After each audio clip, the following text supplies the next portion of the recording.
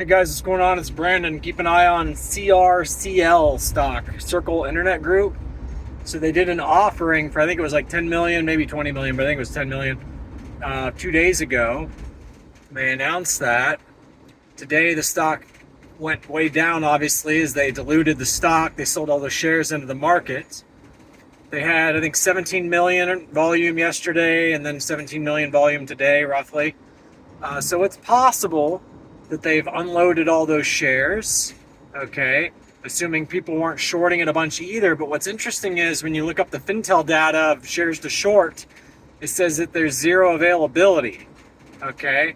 So what's interesting is if you can't short the stock, that means it's completely, there's a potential for a short squeeze. And the reason why I say that is,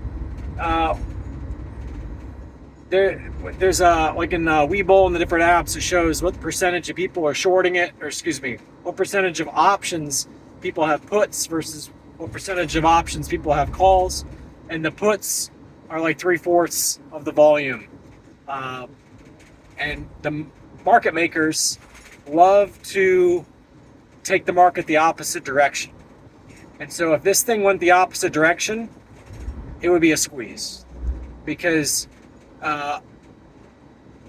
you would have so many upside down shorts who thought that this thing was going to continue to collapse. Now, don't get me wrong, the thing could continue to collapse tomorrow, but just keep an eye on it, because I think that there's potential for it to fly.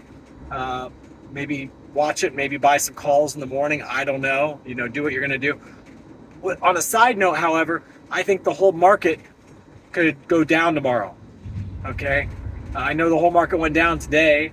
I saw that coming because we were at the 100-year trend line, okay, that I've talked about in the past in videos a while back. We're at the 100-year trend line again for the S&P 500, NASDAQ, everything. So that line has never been broken, but the elites are trying to get that line broken, because that takes us into hyperinflation. If we can eventually break that line, the market would go crazy upward. So I feel like they're saving like the grand finale here. Eventually, the whole market's going to go up to get across that trend line. They're going to have some really good news when everybody thought that they were super bad news. Okay, so if there's a super bad news event, don't be surprised if it's super good news the very next day and the market goes up. All right, see ya.